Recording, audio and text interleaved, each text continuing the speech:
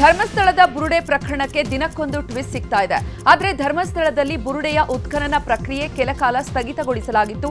ಇದೀಗ ಮತ್ತೆ ಉತ್ಖನನ ಪ್ರಕ್ರಿಯೆ ಆರಂಭವಾಗಲಿದೆ ಎನ್ನಲಾಗ್ತಾ ಇದೆ. ಈಗಾಗಲೇ ಅರಣ್ಯ ಇಲಾಖೆ, ಪಂಚಾಯತ್ಗೆ ಎಸ್ಐಟಿ ಈ ಬಗ್ಗೆ ಸೂಚನೆಯನ್ನ ನೀಡಿದೆಯಂತೆ. ಎಸ್ಐಟಿ ಮುಖ್ಯಸ್ಥ ಪ್ರಣವ್ ಮೊಹಾಂತಿ ಸೂಚನೆ ಮೇರೆಗೆ ಇಂದಿನಿಂದ ಶೋಧ ಕಾರ್ಯ ನಡೆಯಲಿದೆ ಎನ್ನಲಾಗ್ತಿದೆ. ಇನ್ನು ಬಂಗ್ಲೆಗುಡ್ಡ ಕಾಡಿನಲ್ಲಿ 8 ಅಸ್ಥಿ ಪಂಜರಗಳು ಇವೆ ಅಂತ ಸೌಜನ್ಯ ಮಾವ ವಿಠಲ್ ಗೌಡ ಹೇಳಿದ್ರು. ಇಂದು ಸೌಜನ್ಯ ಮಾವ ವಿಠಲ್ ಗೌಡರನ್ನ ಕರೆದುಕೊಂಡು ಹೋಗಿ ಮತ್ತೆ ಶೋಧ ನಡೆಸುವ ಸಾಧ್ಯತೆ ಇದೆ. ಮೊನ್ನೆ ಅಧಿಕಾರಿಗಳ ಸಭೆ ನಡೆಸಿ ಮಂಗಳೂರಿನಲ್ಲೇ ತಂಗಿದ್ದ ಎಸ್ಐಟಿ ಮುಖ್ಯಸ್ಥ ಪ್ರಣವ್ ಮೊಹಾಂತಿ ಅಧಿಕಾರಿಗಳಿಂದ ಇನ್ನಷ್ಟು ಮಾಹಿತಿಯನ್ನು ಪಡೆದು ಶೋಧ ಕಾರ್ಯಕ್ಕೆ ಪಕ್ಕಾ ಬ್ಲೂ ಪ್ರಿಂಟ್ ತಯಾರು ಮಾಡಿದ್ದಾರೆ. ಮೈಸೂರು ದಸರಾ ಉದ್ಘಾಟನೆಗೆ ಬಾನು ಮುಷ್ತಾಕ್ ಆಯ್ಕೆ ಮಾಡಿರುವುದನ್ನು ಪ್ರಶ್ನಿಸಿ ಪ್ರತಾಪ್ ಸಿಂಹ ಸೇರಿದಂತೆ 3 ಸಲ್ಲಿಸಿದ ಪಿಐಎಲ್ಗಳನ್ನು ಹೈಕೋರ್ಟ್ ವಜಾಗೊಳಿಸಿದೆ. ಇದರೊಂದಿಗೆ ಅರ್ಜಿ ಸಲ್ಲಿಸಿದ್ದ ಬಿಜೆಪಿ ನಾಯಕ ಪ್ರತಾಪ್ ಸಿಂಹಗೆ ಹಿನ್ನಡೆಯಾಗಿದೆ. ಈ ಬಗ್ಗೆ ಪ್ರತಿಕ್ರಿಯಿಸಿದ ಪ್ರತಾಪ್ ಸಿಂಹ, ಸಾಹಿತಿ ಬಾನು ಮುಷ್ತಾಕ್ ಅವರ ಈ ಭಾಷಣವನ್ನ ಕೋರ್ಟ್ನ ಮುಂದಿಟ್ಟಿದ್ವು. ಅದಕ್ಕೆ ಅಭಿವ್ಯಕ್ತಿ ಸ್ವಾತಂತ್ರ್ಯದಲ್ಲಿ ಅವಕಾಶ ಇದೆ ಎನ್ನುವುದಾದರೆ ಇದು ಹಿಂದೂ ದೇವತೆ ಮತ್ತು ಹಿಂದೂ ಸಂಸ್ಕೃತಿಯ ಅಂಗವಾಗಿರುವ ಅರಿಶಿನ ಕುಂಕುಮದ ಮೇಲಿನ ದ್ವೇಷವಲ್ಲ ಎನ್ನುವುದಾದರೆ ನಮ್ಮ ನಾಯಕರ ವಿರುದ್ಧ ಸಿದ್ದರಾಮಯ್ಯ ಸರ್ಕಾರ ಹಾಕಿರುವಂತಹ ಬಹಳಷ್ಟು ಎಫ್ಐಆರ್ಗಳನ್ನು ಕೂಡಲೇ ರದ್ದು ಮಾಡಬೇಕು ಅಂತ ಪೋಸ್ಟ್ ಮಾಡಿದ್ರು. ಇದಕ್ಕೆ ಸಿಎಂ ಸಿದ್ದರಾಮಯ್ಯ ಪ್ರತಾಪ್ ಸಿಂಹ ಮೂರ್ಖ ಎಂದಿದ್ದು, ಇದಕ್ಕೆ ಟಾಂಗ್ ಕೊಟ್ಟಿರುವಂತಹ ಪ್ರತಾಪ್ ಸಿಂಹ, ಸಿದ್ದರಾಮಯ್ಯ ಸರ್ ಏನ್ ಬೇಕಾದ್ರೂ ನನ್ನನ್ನ ಕರೆಯಲಿ, ಅವರಿಗೂ ಸೋಷಿಯಲ್ ಮೀಡಿಯಾದಲ್ಲಿ ಏನೇನ್ ಕರೀತಾರೆ ಅಂತ ನೋಡಲಿ, ಅದನ್ನ ನೋಡಿದ್ರೆ ಅವರು ಮುಖ ಮುಚ್ಕೊಂಡು ಓಡಾಡಬೇಕಾಗುತ್ತೆ ಎಂದಿದ್ದಾರೆ. ಜಾತಿ ಜ್ವಾಲೆ ಮಧ್ಯೆ ರಾಜ್ಯ ಸರ್ಕಾರ ಮತ್ತೊಂದು ವಿವಾದಾತ್ಮಕ ಹೆಜ್ಜೆ ಇಟ್ಟಿದೆ. ಕುರುಬ ಸಮುದಾಯವನ್ನ ಎಸ್ಟಿಗೆ ಸೇರಿಸಬೇಕೆಂಬ ಹಲವು ವರ್ಷಗಳ ಬೇಡಿಕೆ ಶೀಘ್ರದಲ್ಲೇ ನೆರವೇರುವ ಸಾಧ್ಯತೆಗಳಿವೆ. ಇಂದು ಸಿಎಂ ಸೂಚನೆ ಮೇರೆಗೆ ವಿವಿಧ ಇಲಾಖೆಗಳ ಅಧಿಕಾರಿಗಳ ಜೊತೆ ಪರಿಶಿಷ್ಟ ಪಂಗಡಗಳ ಕಲ್ಯಾಣ ಇಲಾಖೆ ಸಭೆ ಕರೆದಿದೆ. ಇಲಾಖೆ ಕಾರ್ಯದರ್ಶಿ ನೇತೃತ್ವದಲ್ಲಿ ಎಂಎಸ್ ಬಿಲ್ಡಿಂಗ್ನಲ್ಲಿ ಮಹತ್ವದ ಸಭೆ ನಡೆಯಲಿದೆ. ಸಭೆಗೆ ಅಗತ್ಯ ದಾಖಲೆಗಳನ್ನು ತರುವಂತೆ 4 ಇಲಾಖೆಗಳಿಗೆ ಪತ್ರದ ಮುಖೇನ ಸೂಚನೆಯನ್ನು ನೀಡಲಾಗಿದೆ. ಈ ಮೂಲಕ ಮತ್ತೊಂದು ರಾಜಕೀಯ ಗುದ್ದಾಟಕ್ಕೆ ವೇದಿಕೆ ಸಿದ್ಧ ಮಾಡಿದ್ರ ಸಿಎಂ ಅನ್ನುವಂತಹ ಪ್ರಶ್ನೆಯೂ ಕೂಡ ಹುಟ್ಟಿಕೊಂಡಿದೆ. 2019 ರಿಂದ 2022ರವರೆಗೆ ಬಿಜೆಪಿ ಅವಧಿಯಲ್ಲಿ ಪಾಲಿಕೆಯಲ್ಲಿ ನಡೆದ ಹಗರಣದ ವರದಿಯನ್ನ ನಿವೃತ್ತ ನ್ಯಾಯಮೂರ್ತಿ ನಾಗಮೋಹನ್ ದಾಸ್ ಸರ್ಕಾರಕ್ಕೆ ಸಲ್ಲಿಸಿದ್ದಾರೆ. ಹಗರಣದ ಬಗ್ಗೆ ಹಲವು ದೂರುಗಳು ಬಂದಿತ್ತು. ಕಾಂಗ್ರೆಸ್ 40% ಕಮಿಷನ್ ಅಂತ ಆರೋಪಿಸಿತ್ತು. ಈ ಹಿನ್ನೆಲೆಯಲ್ಲಿ ಕಾಂಗ್ರೆಸ್ ನಿವೃತ್ತ ನ್ಯಾಯಮೂರ್ತಿಗಳ ನೇತೃತ್ವದಲ್ಲಿ ಆಯೋಗ ರಚನೆ ಮಾಡಿತ್ತು. ಕಳೆದ 1 ವರ್ಷದಿಂದ ಆಯೋಗ ಹಗರಣದ ಮಾಹಿತಿಗಳನ್ನು ಕಲೆ ಹಾಕಿ ಇದೀಗ ವರದಿ ಸಲ್ಲಿಕೆ ಮಾಡಿದೆ. ಹುಬ್ಬಳ್ಳಿಯಲ್ಲಿ ನಡೆದ Karnataka electronic media journalist association ಕಾರ್ಯಕ್ರಮದಲ್ಲಿ ಸಿಎಂ ಸಿದ್ದರಾಮಯ್ಯ ಭಾಗಿಯಾಗಿದ್ದರು. ನಂತರ ಮಾತನಾಡಿದ ಸಿದ್ದರಾಮಯ್ಯ, ಹಕ್ಕುಗಳ ರಕ್ಷಣೆಗಾಗಿ ಸಂಘಟನೆಯಾಗಬೇಕು, ಹೋರಾಟ ನಡೆಸಬೇಕು, ಅಭಿವೃದ್ಧಿ ಸ್ವಾತಂತ್ರ್ಯ ಮೊಟಕುಗೊಳಿಸುವಂತಹ ಕೆಲಸ ಎಂದೂ ಮಾಡಲ್ಲ. ಎಲೆಕ್ಟ್ರಾನಿಕ್ ಮೀಡಿಯಾಗಳ ಮೇಲೆ ಜನ ಹೆಚ್ಚು ಭರವಸೆಯನ್ನ ಇಟ್ಕೊಂಡಿದ್ದಾರೆ. ಭರವಸೆ ಸುಳ್ಳಾಗದಂತೆ ನೋಡಿಕೊಳ್ಳಬೇಕು. ಇನ್ನು ಸುಳ್ಳು ಸುದ್ದಿಗಳು ಇತ್ತೀಚೆಗೆ ಹೆಚ್ಚಾಗ್ತಾ ಇದೆ.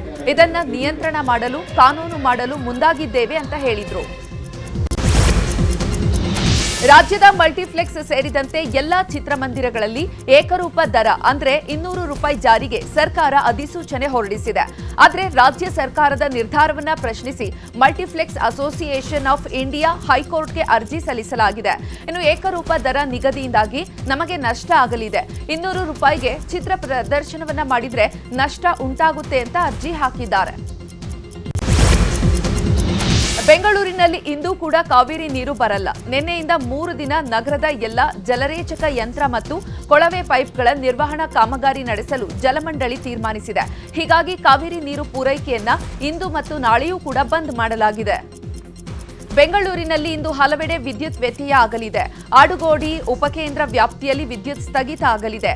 ಕೆಪಿಟಿಸಿಎಲ್ ತುರ್ತು ನಿರ್ವಹಣಾ ಕಾಮಗಾರಿ ಹಿನ್ನೆಲೆ ಇಂದು ಬೆಳಿಗ್ಗೆ 10 ಗಂಟೆಯಿಂದ ಸಂಜೆ 5 ಗಂಟೆವರೆಗೆ ವಿದ್ಯುತ್ ವ್ಯತ್ಯಯ ಆಗಲಿದೆ. ಇನ್ನೆರಡು ದಿನ ರಾಜ್ಯದಲ್ಲಿ ಮಳೆ ಬರಲಿದೆ ಅಂತ ಹವಾಮಾನ ಇಲಾಖೆ ಮುನ್ಸೂಚನೆ ನೀಡಿದೆ. ಇಂದು ನಾಳೆ ಭಾರೀ ಮಳೆಯಾಗಲಿದೆ ಅಂತ ಮಾಹಿತಿ ನೀಡಲಾಗಿದೆ. ಕರಾವಳಿ ಜಿಲ್ಲೆಗಳನ್ನು ಹೊರತುಪಡಿಸಿ ಎಲ್ಲಾ ಜಿಲ್ಲೆಗಳಿಗೂ ಯೆಲ್ಲೋ ಅಲರ್ಟ್ ಘೋಷಣೆ ಮಾಡಲಾಗಿದೆ. ಉತ್ತರ ಕರ್ನಾಟಕ ಜಿಲ್ಲೆಗಳಲ್ಲಿ ಭಾರೀ ಮಳೆಯ ಸಾಧ್ಯತೆ ಇದೆ ಅಂತ ಹವಾಮಾನ ಇಲಾಖೆ ಮಾಹಿತಿ ನೀಡಿದೆ. ರಾಜ್ಯದ ನೆರೆ ಹಾನಿ ಪ್ರದೇಶಗಳ ರೈತರು ಮತ್ತು ಸಂತ್ರಸ್ತರ ಸಮಸ್ಯೆಗಳಿಗೆ ಸ್ಪಂದಿಸುವ ಸಲುವಾಗಿ ಜೆಡಿಎಸ್ ರಾಜ್ಯ ಪ್ರವಾಸವನ್ನ ಕೈಗೊಂಡಿದೆ. ಇಂದು ಬೀದರ್ ಜಿಲ್ಲೆಯ ಕಳೆದ ಕೆಲ ದಿನಗಳ ಹಿಂದೆ ಸುರಿದಂತಹ ಮಳೆಯಿಂದಾದ ಅತಿವೃಷ್ಟಿ ಪ್ರದೇಶಗಳಿಗೆ ಜೆಡಿಎಸ್ ಯುವ ಘಟಕದ ರಾಜ್ಯಾಧ್ಯಕ್ಷ ನಿಖಿಲ್ ಕುಮಾರಸ್ವಾಮಿ ಭೇಟಿ ನೀಡಿ ಜನರ ಸಮಸ್ಯೆಯನ್ನ ಆಲಿಸಲಿದ್ದಾರೆ. ಬೆಳಿಗ್ಗೆ 10:30ಕ್ಕೆ ಬೀದರ್ ನಗರಕ್ಕೆ ಆಗಮಿಸಲಿದ್ದಾರೆ. ಈ ವೇಳೆ ಮಳೆಯಿಂದಾಗಿ ಬೆಳೆ ಮತ್ತು ಮನೆ ಹಾನಿಯಾಗಿರುವ ಪ್ರದೇಶಕ್ಕೆ ಭೇಟಿ ನೀಡಿ ರೈತರು ಮತ್ತು ಸಂತ್ರಸ್ತರ ಸಮಸ್ಯೆಯನ್ನು ಆಲಿಸಲಿದ್ದಾರೆ. ಹಾಸನದ ಮೊಸಳೆ ಹೊಸಳ್ಳಿ ದುರಂತದಲ್ಲಿ 10 ಮಂದಿ ಸಾವಿನ ಮನೆ ಸೇರಿದ್ದಾರೆ. ಕೆಲವರಿಗೆ ಗಂಭೀರ ಗಾಯಗಳಾಗಿ ಆಸ್ಪತ್ರೆಯಲ್ಲಿ ಚಿಕಿತ್ಸೆ ಪಡೆಯುತ್ತಿದ್ದಾರೆ.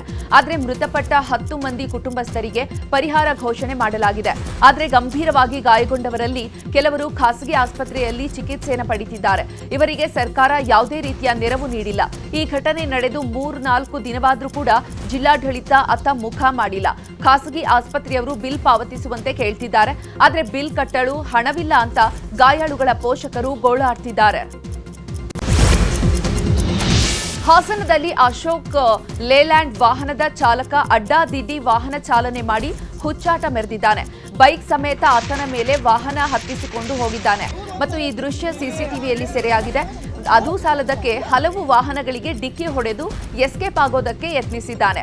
10 ಕಿಲೋಮೀಟರ್ ಚೇಸ್ ಮಾಡಿ ವಾಹನ ಸವಾರರು ಕಿಡಿಗೇಡಿಯನ್ನ ರಾಷ್ಟ್ರೀಯ ಹೆದ್ದಾರಿ 75ರ ಗಾಡೇನಹಳ್ಳಿ ಗೇಟ್ ಬಳಿ ಹಿಡಿದು ಪೊಲೀಸರಿಗೆ ಒಪ್ಪಿಸಿದ್ದಾರೆ. ನಟ ದರ್ಶನ್ ಪತ್ನಿ ವಿಜಯಲಕ್ಷ್ಮಿ ಮನೆಯಲ್ಲಿ ಹಣ ಕಳವು ಪ್ರಕರಣಕ್ಕೆ ಸಂಬಂಧಪಟ್ಟಂತೆ ಪೊಲೀಸರು ತನಿಖೆ ಚುರುಕುಗೊಳಿಸಿದ್ದಾರೆ. 3 ಲಕ್ಷ ಹಣವನ್ನ ಯಾರು ಕದ್ರು ಅನ್ನೋರ ಬೇಟೆಗೆ ಇಳಿದಿದ್ದಾರೆ. ಈಗಾಗಲೇ ವಿಜಯಲಕ್ಷ್ಮಿ ಮನೆಯ 3 ಕೆಲಸಗಾರರನ್ನ ಪೊಲೀಸರು ವಿಚಾರಣೆ ಮಾಡಿದ್ದಾರೆ. ಮನೆಗೆಲಸದವರ ಮೇಲೆ ಅನುಮಾನ ವ್ಯಕ್ತಪಡಿಸಿ ಮ್ಯಾನೇಜರ್ ನಾಗರಾಜ್ ದೂರು ನೀಡಿದ್ರು. ಆದರೆ ವಿಚಾರಣೆ ವೇಳೆ ಮನೆಗೆಲಸದವರು ನಾವು ಕದ್ದಿಲ್ಲ ಅಂತ ಹೇಳಿದ್ದಾರೆ. ಇನ್ನು ಫ್ಲಾಟ್ನಲ್ಲಿ ಸಿಸಿಟಿವಿ ಕೂಡ ಇಲ್ಲ. ಹೀಗಾಗಿ ದೂರುದಾರ ಮ್ಯಾನೇಜರ್ ನಾಗರಾಜ್ ವಿಚಾರಣೆ ಮಾಡಲು ಪೊಲೀಸರು ಸಿದ್ಧತೆ ನಡೆಸಿದ್ದಾರೆ.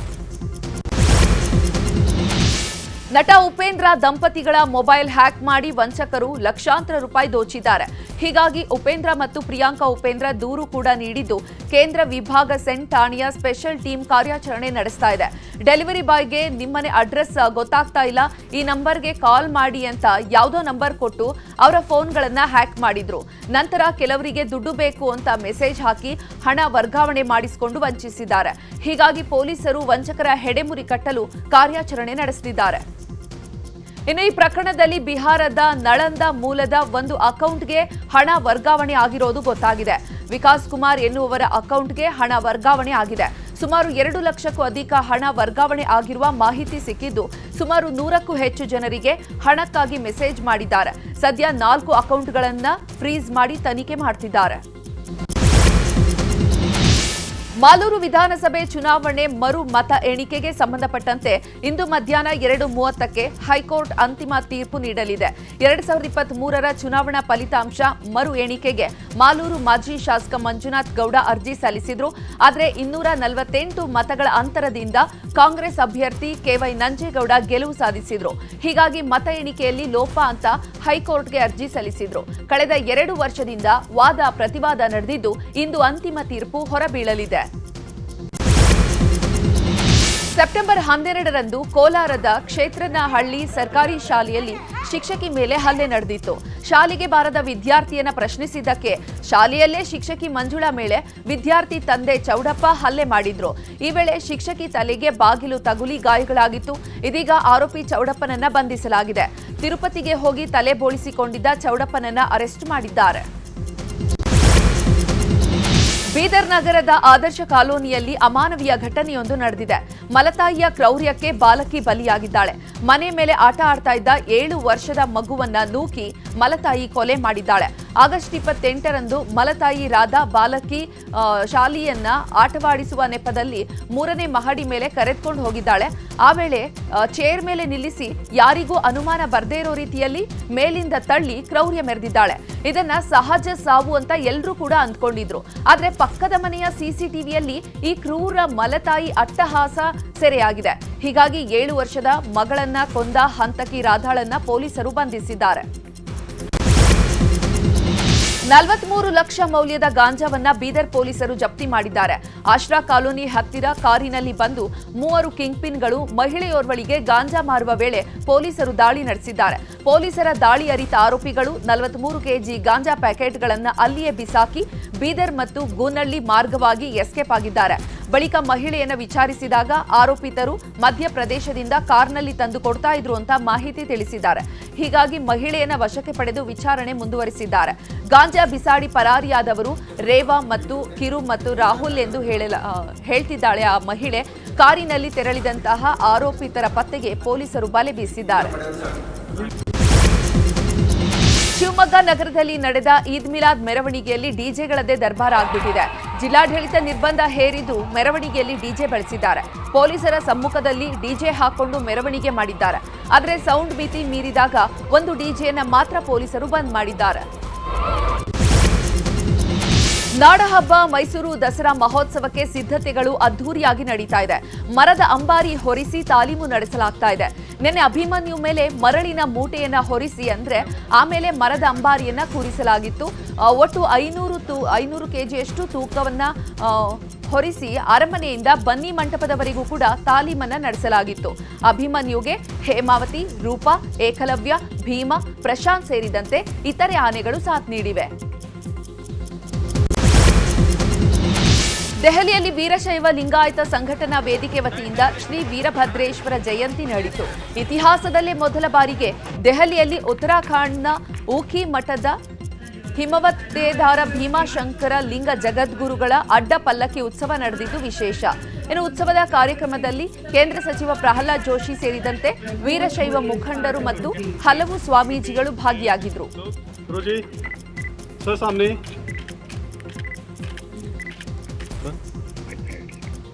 श्री वीरभद्रेश्वर महास्वामी जी की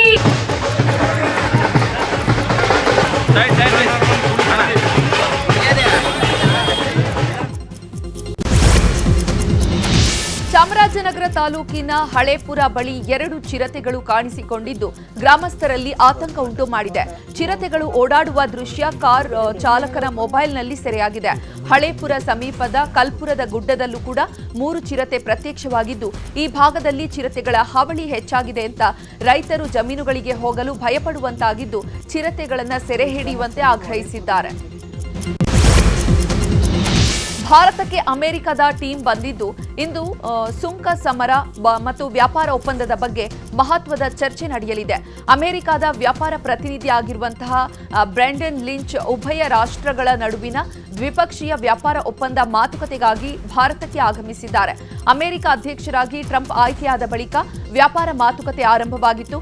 ಕೃಷಿ ಮತ್ತು ಹಾಲಿನ ಉತ್ಪನ್ನ ಮಾರಾಟ ವಿಚಾರದಲ್ಲಿ ಸಹಮತ ಏರ್ಪಟ್ಟಿರಲಿಲ್ಲ.